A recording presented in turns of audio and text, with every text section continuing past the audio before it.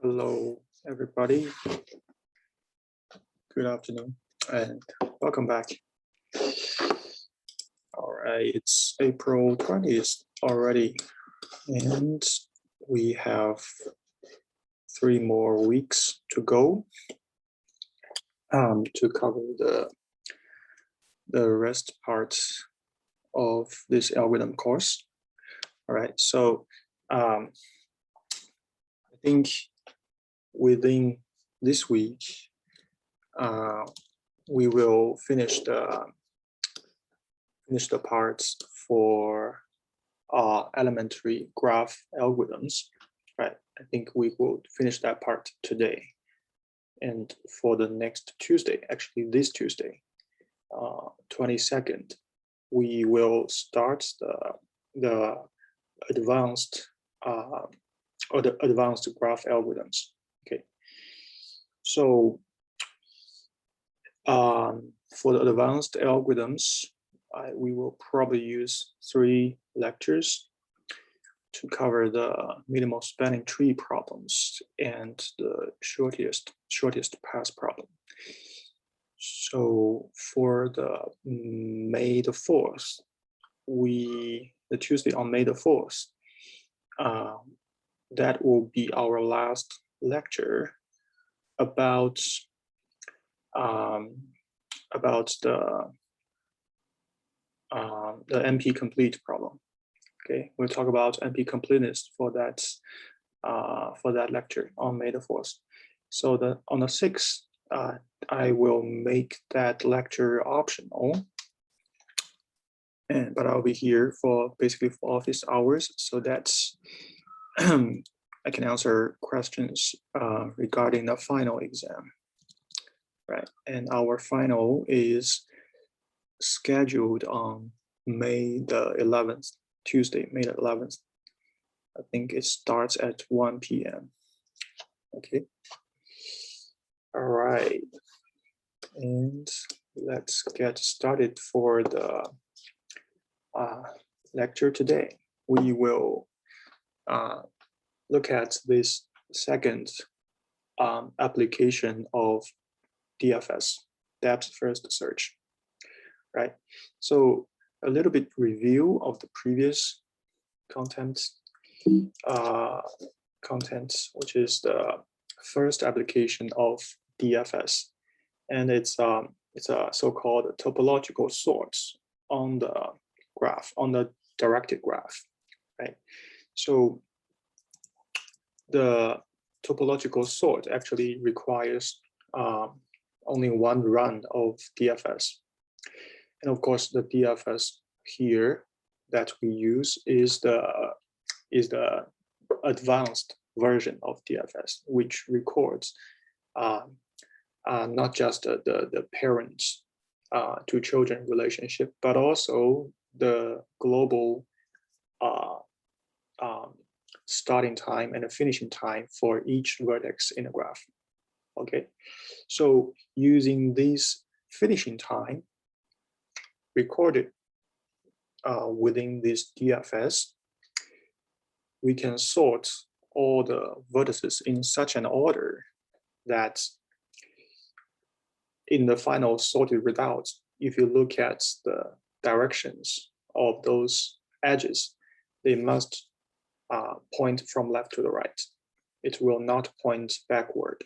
Okay, so this topological sort is basically a very efficient algorithm to analyze all the dependency relationships between all the vertices.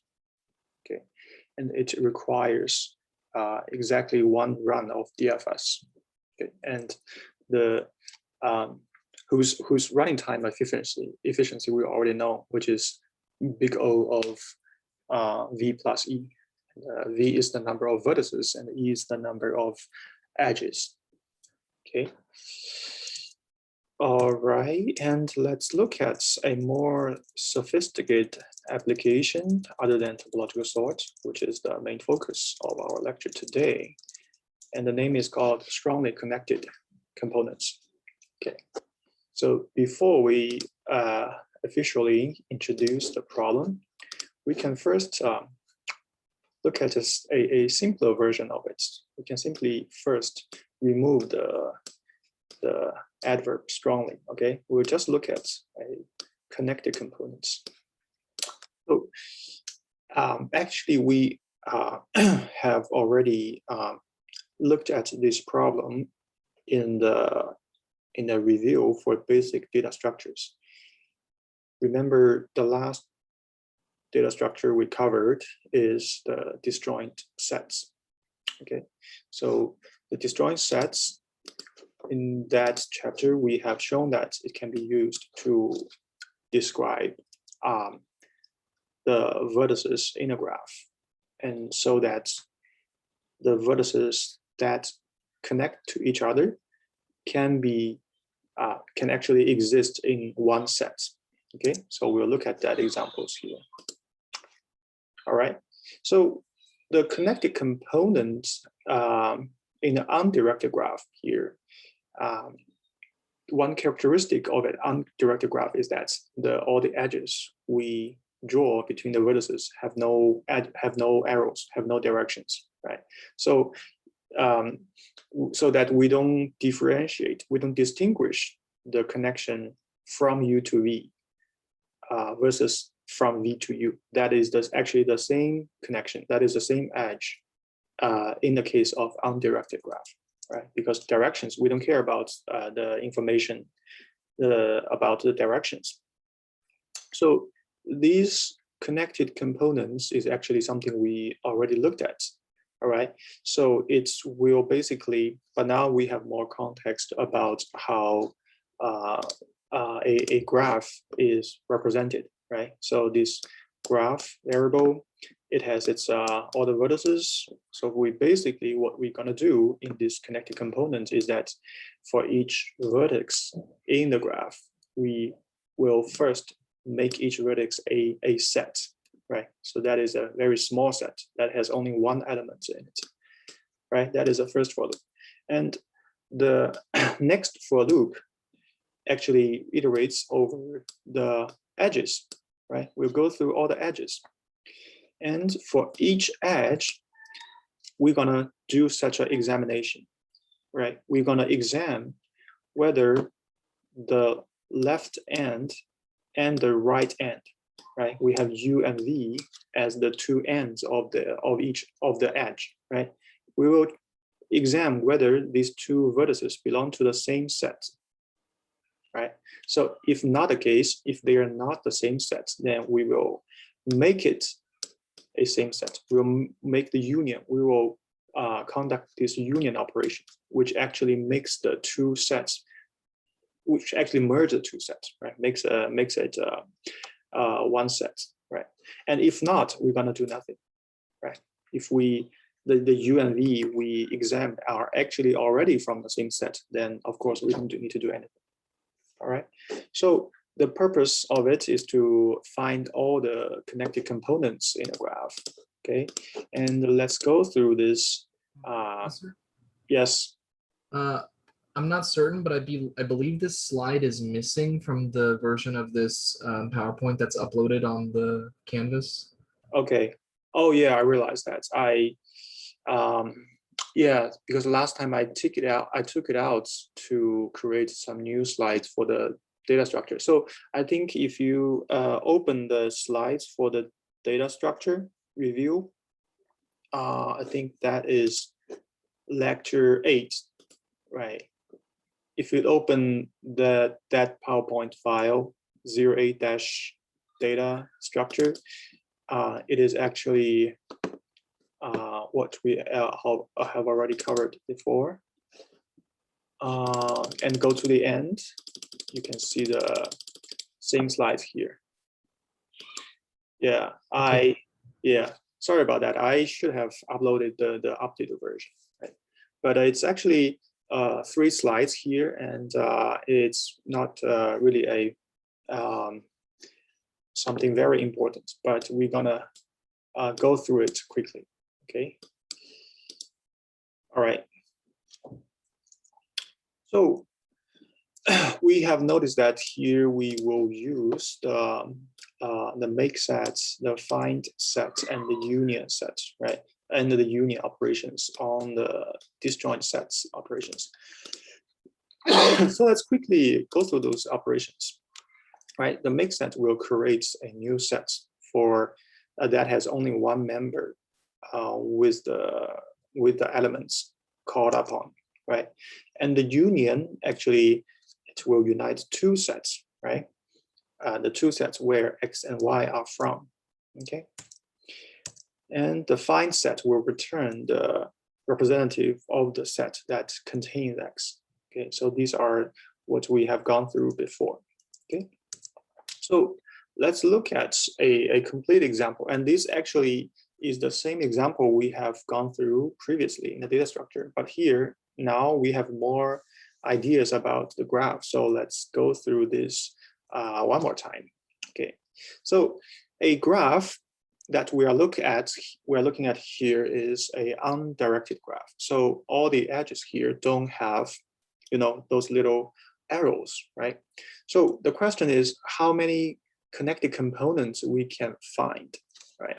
So in this case, we don't actually give the formal definition of it, but roughly speaking, if you see these 4 vertices, for example, so if you pick any vertex here, like you pick a random vertex like C, right? And you can go from C to reach any other vertices in the same component, then we call these vertices are the connected components, right? But if you start from C, you will never go to E because these second component is not connected to the first component, right? So here we have to let these 3 vertices, E, F, and G, to be the second component, right? And likewise, we have H and I as the third component, and the J alone is the fourth component. Okay. So how do we, come up with this? How to identify those connected components is something that we need to solve with this algorithm, right? And as the algorithm runs, after the first 2 lines of code, we will basically initiate each vertices in a graph as a joint, as a set, right? As a joint set. Okay. So the columns here are the edges being executed, being examined within each iteration of this for loop. Okay, we're gonna go through each edge, one edge at a time. So if we, for example, if we examine the edge from B to D as the first edge, then according to the algorithm, we're gonna union the 2 sets containing B and D, right? We will combine these B and D together. And the next one, we will combine E and G, right? And the next one, we will combine A and C, and then H and I, and then A and B, right? So this one is special case because A and C, they are in the same sets, and B and D are in the same set. So if we gonna examine A and B, and eventually it's gonna run union on A and B, right? The operation on the union operation on A and B will combine the 2 sets that contains A and B, right? So these 2 sets will be merged into these larger sets, right? And the next will be run on E and F, which basically will merge these 2 sets, right? So as the algorithm runs, eventually we will be returned by these 4 connected components, all right? So if you look at the algorithm, the running time of it, it's actually very straightforward. It's 2 for loops, right? But the fundamental, the details, right, about the underlying details about the find set, the union depends on how we implement the the disjoint sets data structure. And in practice, that disjoint set data structure can actually be implemented with a linked list. Okay, so we need to have some idea of how efficient, what's the running time efficiency of that linked list first, right? But if we only look at it from a graph perspective, then we simply need to go through all the vertices once and all the edges once. Okay. All right, so that is some sense of what connected component look like in an undirected graph. All right, so the problem that we're gonna look at here is a more complex one because we use additional adverb called strongly connected component, right? So how do we modify on top of this problem? Is that basically we will find a stronger concept other than connected components. Okay, so in this case, we are working on not on the undirected graph, but rather on directed graph. All right, and to compute the strongly connected components, or to extract or identify all the strongly connected components out of a directed graph, it's a very typical application of depth first search. Okay, and it's the advanced version of DFS. Okay, so this is a very commonly used algorithm that will be the basis for some more next step analysis. Right. Say we maybe want to apply some more complex algorithms on different parts of the graph. But the assumption is that we need to first identify the components within the graph, and each component, and within each component, all the vertices are strongly connected to each other. Okay, so on the next slide, we will introduce the definition of what we mean by strongly connected. Okay. All right. So it's actually also a straightforward definition. So we will say that a graph is a graph or a subgraph. Okay, it's a directed graph. We will say it's strongly connected if every two vertices are reachable from each other. Okay, so that is a stronger condition than connected components, right? Because here we are looking at a directed graph. Okay, so it's actually emphasizes on the mutual reachable or mutual reachability between vertices. Okay, so if we are, what we are trying to find by these strongly connected components is actually the classes of vertices that are mutually reachable from each other. Okay. So given this example, right, now we showed a directed graph. What are the strongly connected components? And this is actually a pretty tricky question, because the definition of mutual relation is that, for example, I need to be able to go from 3 to 6 and 6 to 3. So in this case, there's only one edge from 6 to 3, right? So that is a one directional edge. But there's no such edge that goes from 3 to 6. So in this case, the two vertices, 3 and 6, and unfortunately, it is not a strongly connected component, right? Because the connection from 6 to 3 is one direction. Okay, But if you look at the left part, right, we have 4 vertices, 1, 2, 4, and 5, right? So if you pick any two, if you pick any pair of vertices within 1, 2, 4, and 5, they are actually reachable from each other, right? You can go from 1 to 2, right? So that's of course correct because there's an edge here, right? But you can also go from 2 to 1 because like you can go from 2 to 4 first, and then use 4 as an intermediate vertex to go from 4 to 1. So 1 is also reachable from 2, right? It doesn't matter that we need to go through an additional vertex, right? But reachability, the idea of reachable is the key concept here, right? So 1 and 2 are mutually reachable from each other, and so is the 2 and 5, 4 and 5, 2 and 4, right? And 4 and 1.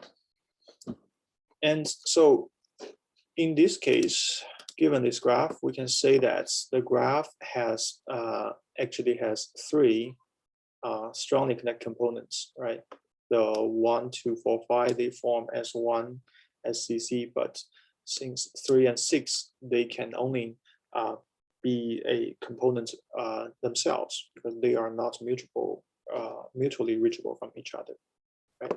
And if you look at the whole graph, then G is of course not strongly connected, right? Because those vertices are separated.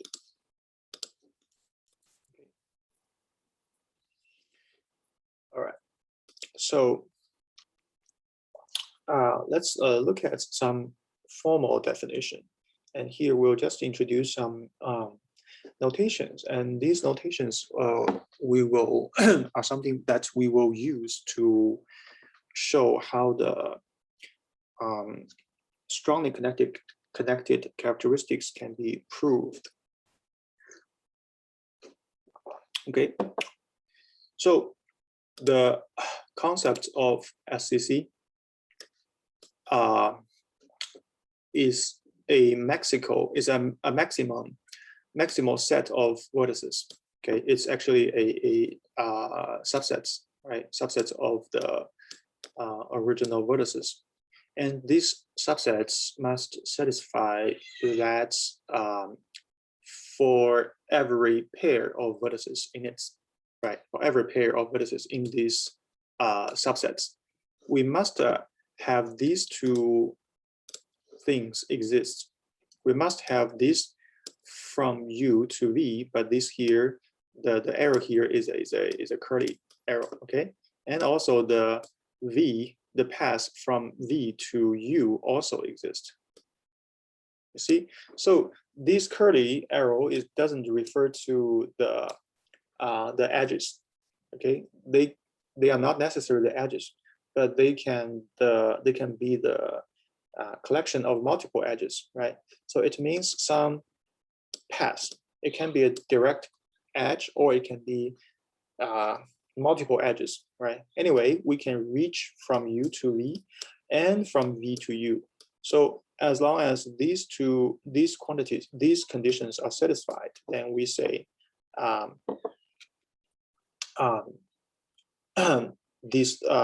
the two vertices are mutually reachable. And in a SCC, every pair of vertices, they are mutually reachable. All right, so that is the key, the formal definition of the SCC. Okay, so of course we are interested to see how we can solve this problem, right?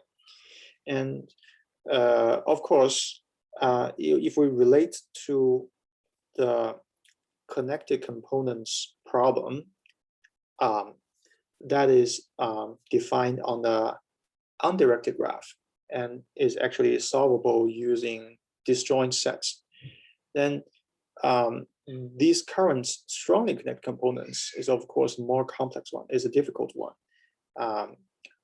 which means that using the disjoint set is alone is not enough, right?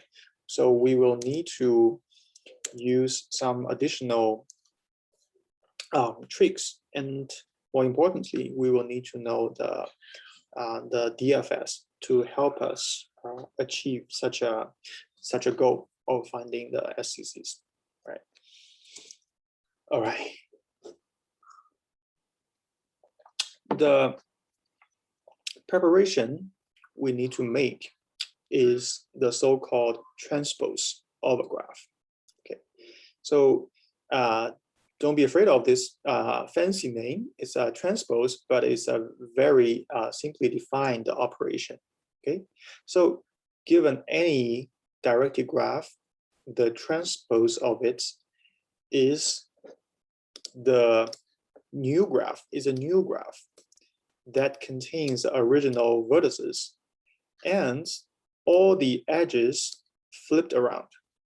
Okay, all the edges we have a capital T to the E, right? That means the direction of this capital this E transposed is actually the original edges in G, but now in the reverse direction.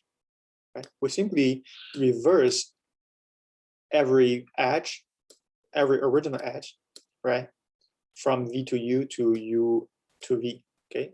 After reverse each edge, then we will have the so-called the E transposed, and then we will use V and the E transpose together to define the so-called transpose of the graph. Okay. So this is actually a very straightforward definition, right? And the running time to create a transpose is also easy to know, because basically we need to go through all the vertices first, right? And for each vertex, we need to look at, we need to go through the adjacency list for that vertex, right? So that all the edges, have been examined once, right? And yeah, so that is some preparation we need to make here, which is the transpose of the graph. And given this, we are able to define the algorithm for computing the strongly connected components, right? So it's provided here, right? Let's just look at the algorithm. And it's pretty similar to the topological sort algorithm, well, in terms of the style of the algorithm, because these are very high level description, right? So these pseudocodes are not the low level implementations with for loops, with data structure, but it's it uses the previously defined DFS function and the idea of transpose, right? So let's look at it carefully. So the first line of code is called DFS to compute the finishing time for each vertex U. Okay, so notice that here it's just a one pass of DFS. Okay, but on the original graph G. Okay, so line 1 is no problem, right? We know what DFS is. And the second one is the definition we just gave in the previous slide, which is to compute the transpose of the original graph, right? We reverse each edge in that graph. We reverse the connections, the edges, all right? And the third one is where the magic tricks, right? It calls DFS again, but this time it's on the new graph transpose of G, right? And we need to make sure that within this DFS on the transpose of the graph, there are main loops, right, in the DFS. The order of the loop needs to satisfy that all the vertices are visited in the decreasing order of finishing time. computed in the step 1 in line 1, right? So the line 1, the DFS, we're using the advanced version of DFS. After one pass of DFS on the graph, we will assign a finishing time for each vertex in the graph, right? We will keep that information. And that information will be used in the second pass of DFS. And the finishing time in the first pass will decide the order of vertices being visited in the second DFS. And we need to use the decreasing order of the finishing time. Okay, so that is how the third line is defined, right? I think that is that is the trickiest part of the algorithm. Okay, and then after the second DFS is done, we can simply output the vertices for each tree. Okay, and then each tree is just the one strongly connected components that we need. Okay, so here's a little bit review of DFS. The DFS will return a forest. Remember, it will compute the starting time, finishing time, and also it will mark some edges, right? We will have tree edges and backward edges, forward edges, and cross edges. So the different trees can be connected by cross edges, or they can be totally separated. Okay, so the results of the second DFS is a collection of DFS trees, and each tree is just the one strongly connected components that we need. Okay, all right. So 4 lines of operations, and it's actually 2 passes of DFS, right? But between these 2 passes of DFS, we need to reverse all the edges of the graph, right? And in the second DFS, we need to strictly follow the order in the decreasing finishing time, right? And that finishing time is the one that we computed in the first DFS. All right, so that's it. And some detailed here is that, for example, it explains what it means to consider the vertices in order of decreasing finishing time, because that is the code for DFS, right? So in DFS, we will first initialize all the vertices in white, right? And then for each vertex in the graph, we will call DFS visit accordingly, right? So the order of this first for loop, right, will be the decreasing order of finishing time, right? So this for loop needs to follow this principle, right? And also within the DFS visits, there's another for loop, right? For each vertex, we will go through its adjacency list. This for loop also needs to follow this principle, follow this rule that we need to visit the vertices that has the highest finishing time first. Okay, so that is the only constraint we want to place onto the second DFS.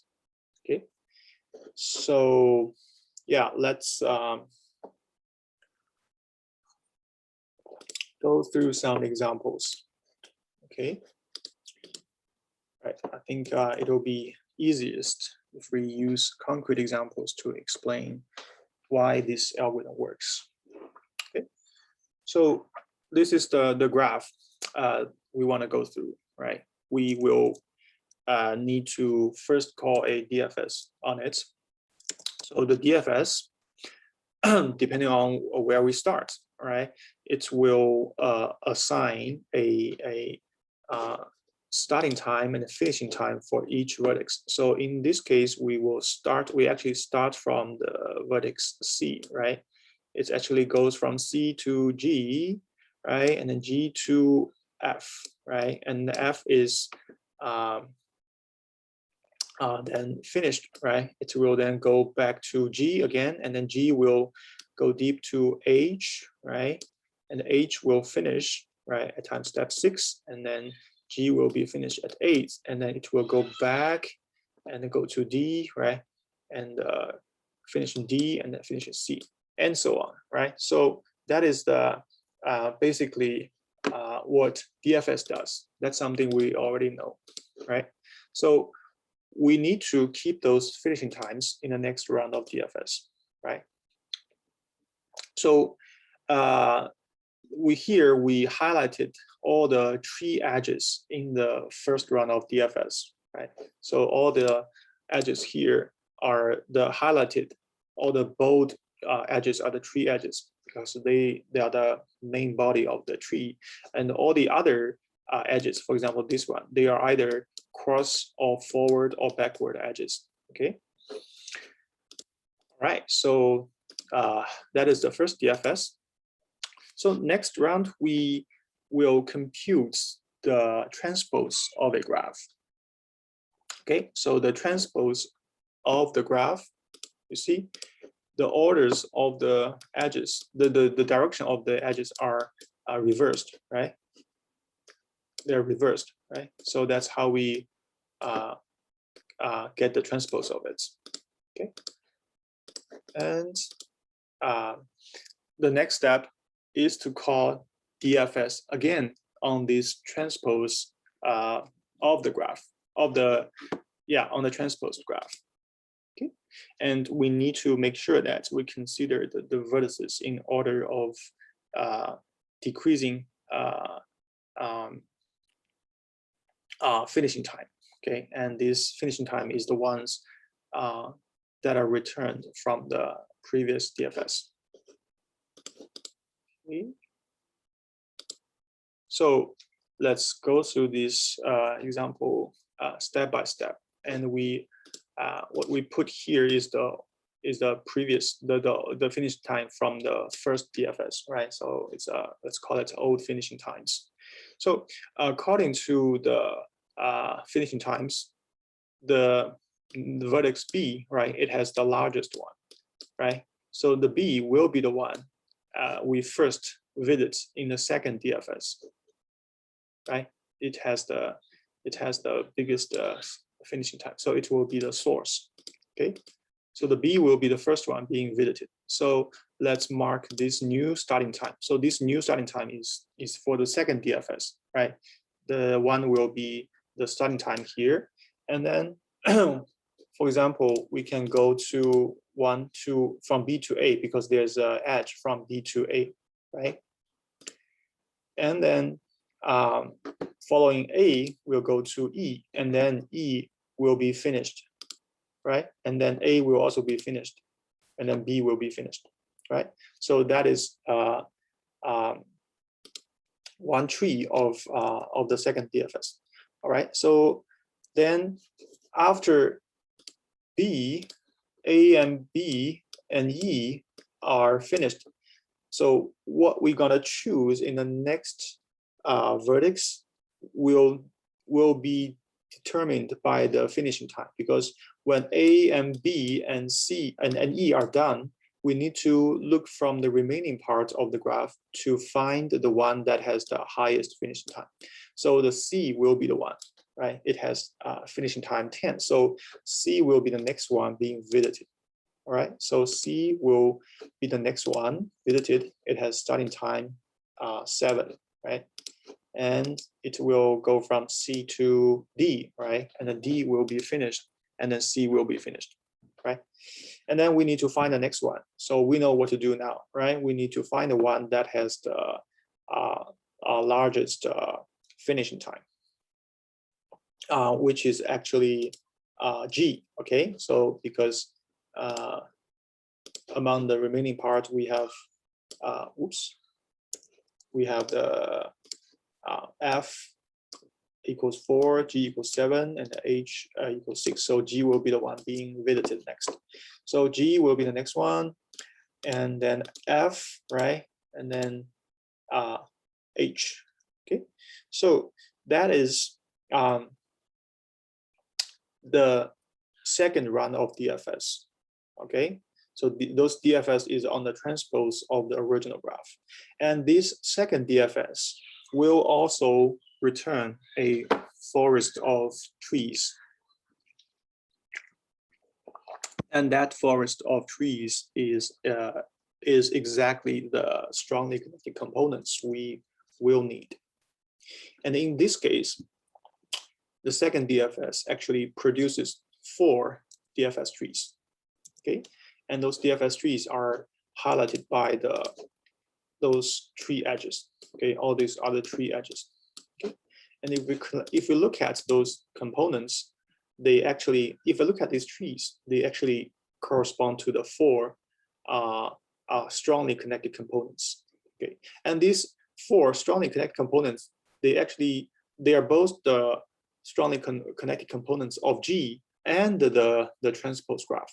Okay, so it's actually a shared property, a shared attributes of 2 graphs. Okay?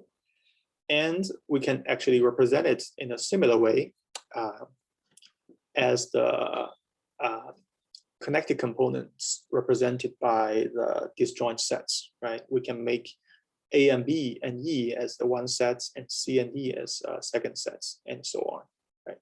And we can highlight them in different colors. Okay, so we can examine those. If we look at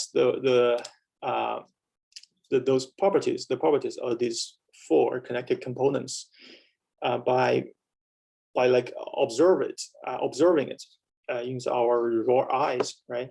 Let's look at those connections, right? So the connection from these orange components to the blue one, right? There is one connection, there's one edge. And from the green one to the blue one, there's also 2 edges, right? From the green one to the blue one, there's one edge. From the yellow one to the other 2 edges. So it's like we can basically now consider the group of vertices in the same color kind of as, kind of as one vertex, right? You can, for example, you can combine these 2 edges, right? You can think of this blue one, the blue region, blue chunk of vertices as one vertex, right? So that will give us a more compact representation of the graph. Okay, and the meanings of those directional edges is actually interesting because only within the regions colored by the same color, painted in the same color, the vertices are mutually reachable. So you see what I mean? Only within the blue region, if we look at any pairs of vertices, it should be A and B and E, right? Any 2 of these 3 vertices, they are mutually reachable from each other, right? But if it's across 2 regions, say if you pick B and C, then they are not mutually reachable from each other. Only there's one connection from C to B. But if you start from B, you will never reach C. You see? So you can start from B and connect to A, or connect to E and connect back to B, but there's no way you will reach C. Okay? Because these blue one and the orange group, they are not the same strongly connected components, right? All right, so that is something amazing, huh? So let's look at the next few slides about the properties of these strongly connected components, and then we're gonna go through of a proof of why these 2 DFS will guarantee the results of strongly connected components. So first of all, the SCC computed in this way actually are shared, that's what we already mentioned, are shared between the original graph and the transposed graph. Okay, if you look at, if you reverse the order of the edges and you get the original graph, and the same SCC applied. Okay, so something called component graph is something we can derive from the SCCs. It's actually just the way that it's a formal way to describe what I just described with plain language. Like we can merge those vertices painted in the same color into one vertex, right? We can, for example, we have K components, K strongly connected components, right? And then we can name them as the set of vertices, right? So the capital C1 is a collection of A and B and E, and C2 is C and D, and so on. So we can like use, define some vertices that contain a vertex for each strongly connected components, right? And all the edges are the one that connected those strongly connected components. So we can simplify the original graph on the left towards someone that are more visually compatible or visually compact, which is that the V1 here, it contains everything in the blue, right? And the V2 is everything in the orange, and so on. Okay, and all the edges are merged here. So if you look at this edge, oops, right? So if you look at this edge from V1 to V3, it actually, in the original graph, it corresponds to two edges because there's an edge from B to F and also a E to F. But since the points from C1 to C3, right, they are in the same direction, so we can actually merge it into one edge. Okay, so of course this is a much more simplified representation of the graph. Okay, so actually one application of this, visualized simplification is that given a complex graph, we can use such a connected component to represent the higher level topological structure of the graph, right? Like if each vertex in the graph represents a user in a social network, right? It can be your friend, it can be your colleague, your someone you know, and then someone are mutually reachable. Like if you know someone else and someone knows you to a mutually well degree, then you can consider these two persons as the strongly connected components, right? So these circles here, right, it may represent a community that contains this bunch of people, right? So it's a very useful tool to examine the structure of graph data structures, right? And the example that I use, social network, is probably is not the only example that actually makes sense. Okay. So now, lastly, let's spend some time on doing some analytical work, like how do we know the algorithm is correct, right? How do we show the correctness or understand the correctness of the algorithm? Okay, so these parts, I think it's more advanced contents, and I will encourage you to spend some time on the pages listed here on the textbook. Okay, and I will go through the proof here, but it's okay if it immediately connects, but I do wish you can spend some time on yourself on reading the textbook, okay? Because it's I think it's inspiring. I think it's describes the nature of directed graph, also about DFS, right?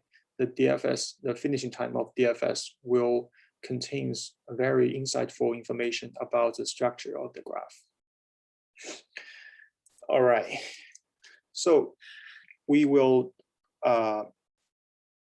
prove two lemmas in order to prove the correctness of the algorithm, okay?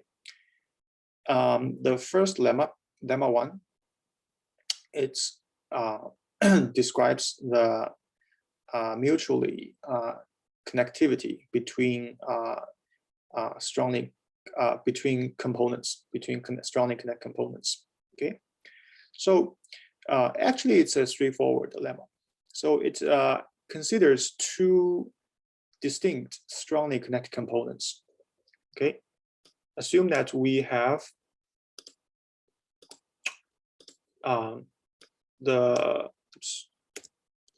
assume that we have the C and C prime. They are two strongly connected components in a directed graph, right? So we know that they are just a collection of vertices, right? So C is here and C prime is here. They are two distinct strongly connected components. And assume that the vertices U and V are in C, and the U prime and the V prime are in C prime, okay? And we suppose that the whole graph contains a path from U to U prime, okay? So this curly arrow means that it can be a not directed, not a direct edge, but it can be multiple edges. So anyway, we assume that there is some path from U to U prime. Then this lemma says that the G prime cannot also contain contain a path from V prime to V, okay? So it's basically, we can call it a one-directional property between strongly connected components, right?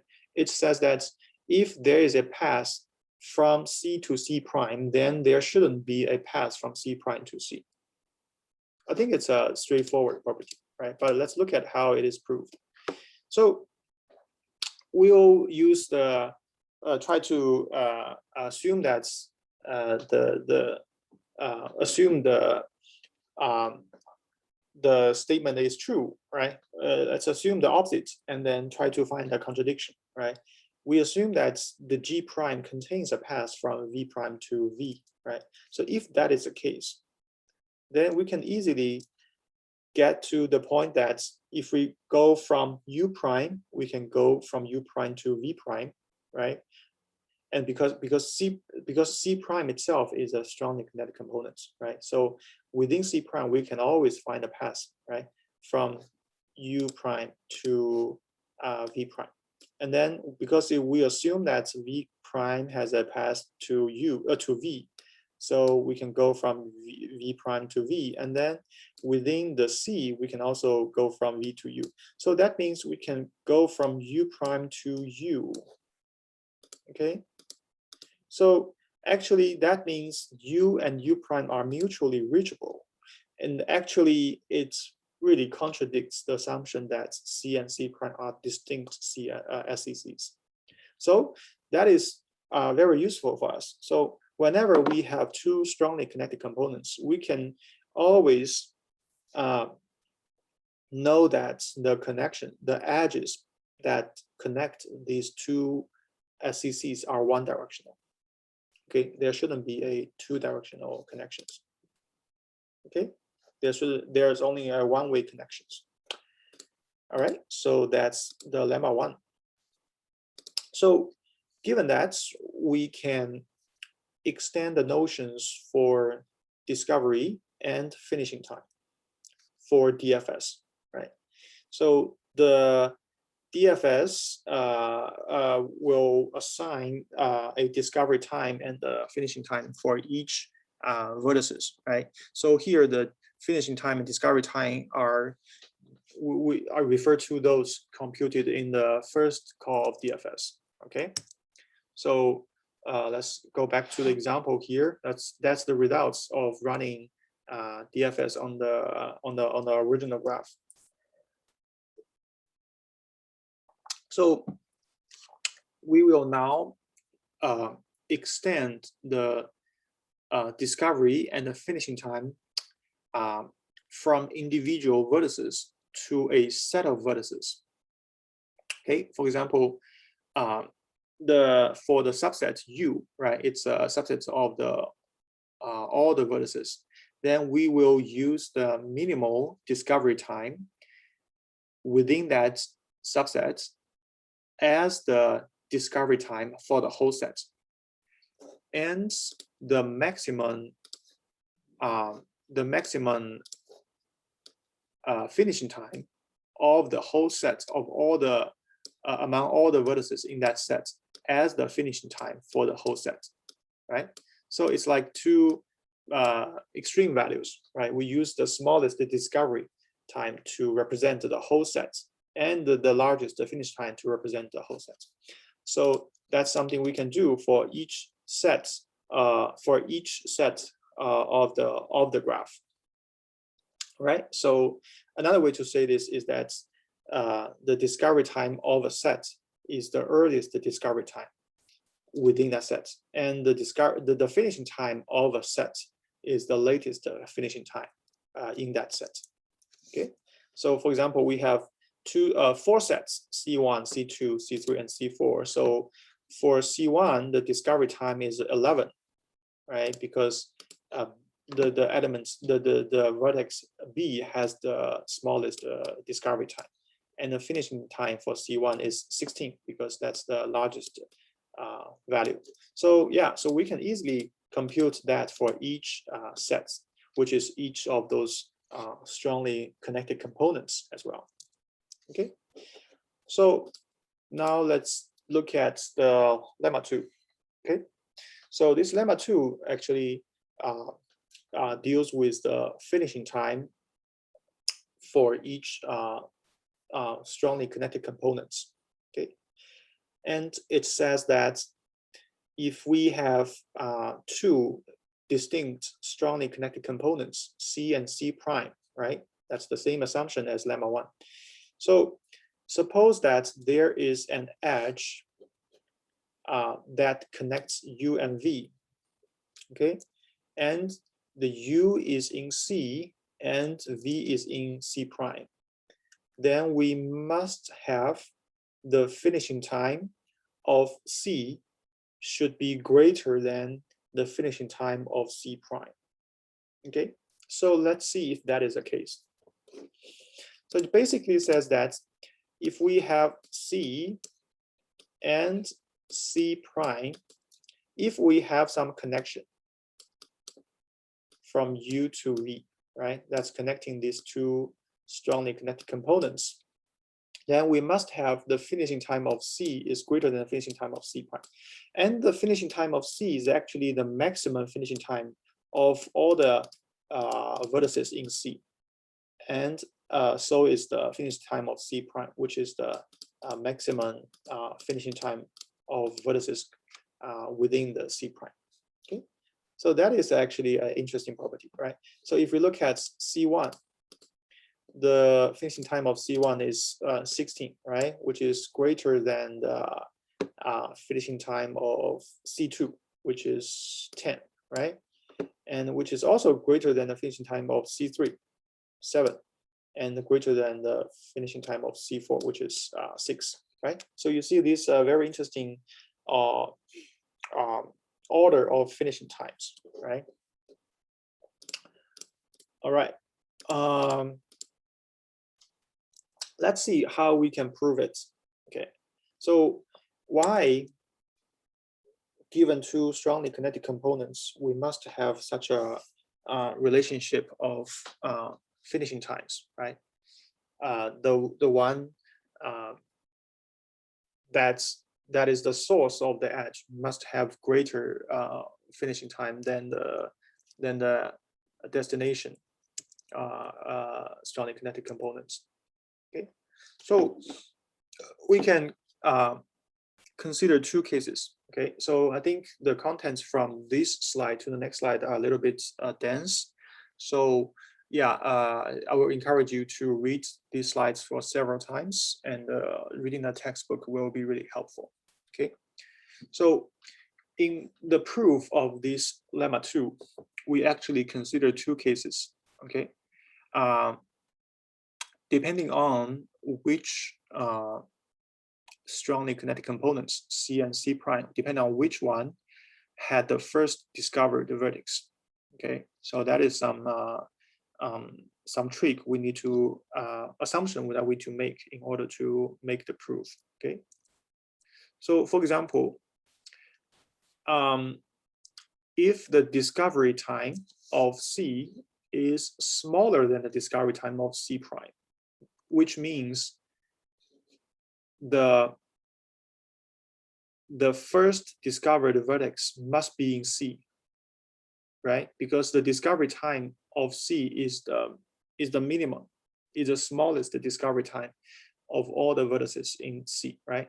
So if D of C is smaller than D of C prime, that means the X must be the first vertex discovered in C. Okay,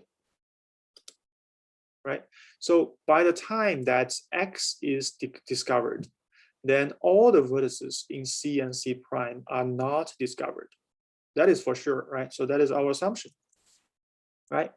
And then since the U to V, the edge from U to V are in the edge, right? So for any vertex in C prime, there must be a path, right, that we can reach from X to U, and then from U to V, and then V to W, right? So that is also for sure, right? Because this is based on our assumption, and we assume that for any vertex there must be reachable paths from X to W, right? So which means all the vertices in C and C prime are actually the descendants of X in the depth first in the DFS tree. Okay, so that also means X will has the latest finishing time, right? Remember, in DFS, determined by the nature of the algorithm, we will go as deep as possible whenever possible, right? So the parent, the root node will be the last one being finished. Okay, so in this case, if X is the first vertex discovered in C, then it will be the one that has the latest finishing time, right? So the finishing time of X will be the one, it will be the finishing time of C, which is also greater than the maximum elements in C, like the maximum finishing time in C prime, right? That is for sure, right? So I think this one is quite straightforward, because we assume that for any vertex W in C prime, then we must have such a path, which means that any vertex in C prime is actually the descendants of X. Okay, so the finishing time of C must be greater than the finishing time of C prime. That's for the first condition, right? We assume that the first vertex being discovered is in C. And the next, we assume the opposite. We assume that the first discovered vertex is actually in C prime. That is also possible, right? So let's say the first one being discovered is Y, right? Then for all the vertices in C prime become the descendants of Y, right? That is also for sure. We are limiting within the C prime, right? So everything in C prime must be the descendants of Y. So the finishing time of Y will be the finishing time of C prime, right? Then what about C, right? Since there is an edge from C to C prime, right? So that means the edge already exists. Now we need to refer to our lemma 1. Lemma 1 says that the connection between two strongly connected components must be one-way connection. So there will never be a path from C prime to C, right? There will never be a path. Otherwise, the two strongly connected components can actually be merged, right? So that's determined about lemma 1. So no vertices in C can actually be reachable from Y, right? And that means by the time Y is finished, all the vertices in C are still undiscovered, right? If it's the DFS algorithm we know, then when Y becomes black, then all the vertices in C, they are already white. They are still white, right? They are not finished yet. They are not discovered yet. So for any vertex in C, the finishing time must be greater than the finishing time of Y, right? That's something we can directly infer, right? So combining these two conditions, we must have the finishing time of C must be greater than the finishing time of C prime, and the proof is done. Okay. All right. So this is a big step we made. Okay. We draw some connections based on the two strongly connected components. And if there's an edge that connecting these two components, we must have the finishing time of C will be greater than the finishing time of C prime. And recall that the finishing time here we are talking about is the first pass of DFS. Okay. All right.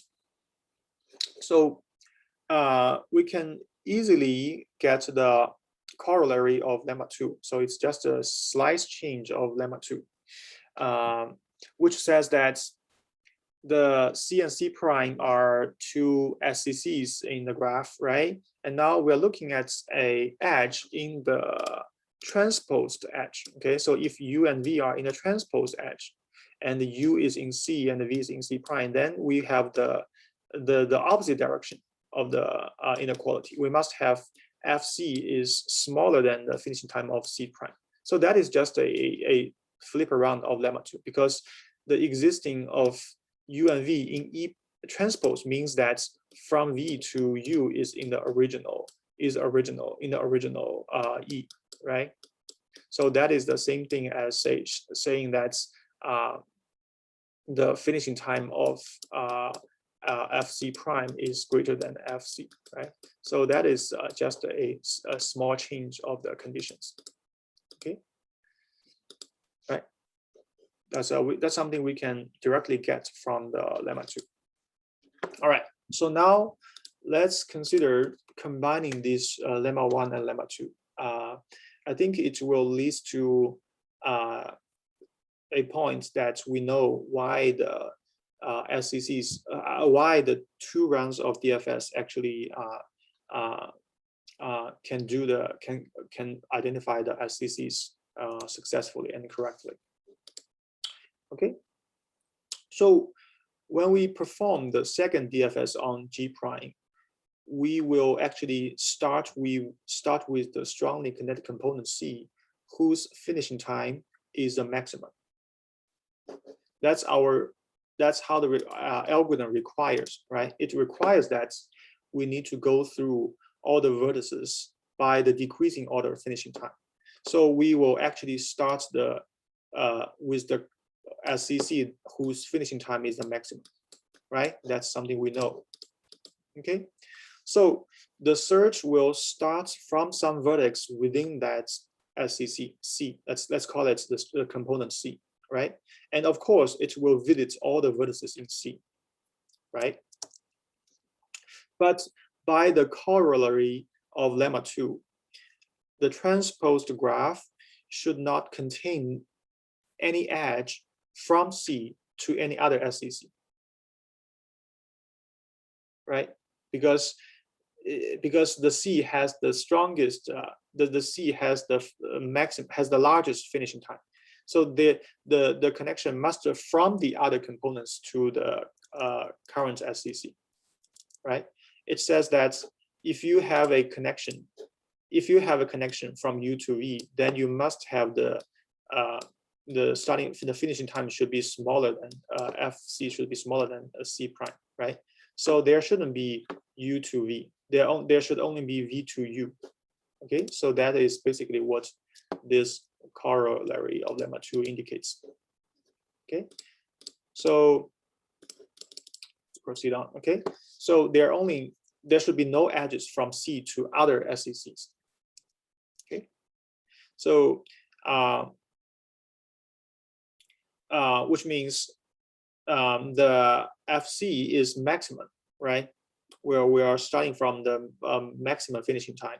And there can only be edges from other SCCs to C, but no ways out. Okay, there's no edges out, right? So the second DFS will not visit any other vertices outside C, right? So the DFS tree rooted at X must be the one that covers exactly the vertices in C. Okay, so DFS, the second DFS will only cover everything within these strongly connected components, because all the connections from other strongly connected components are one directional. The second DFS will never follow these edges out because there's no way out.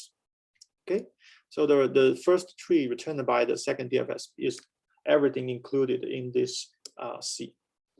Okay, so after C is done, right, we assume that the next one will be C prime. Okay, C prime has the next biggest finishing time. Then when C prime is being searched on by the second DFS, right, it will only, there's only edges connecting from C prime to C, right? But C is already visited. Okay, so the second DFS now will only visit everything in C prime, right?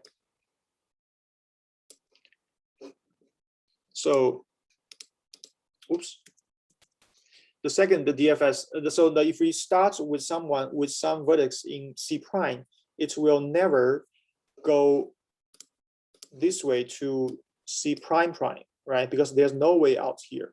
And there's a way out to C, but since C is, everything is already black, everything is already visited. So the DFS starting from Y here will only cover everything from within that C prime.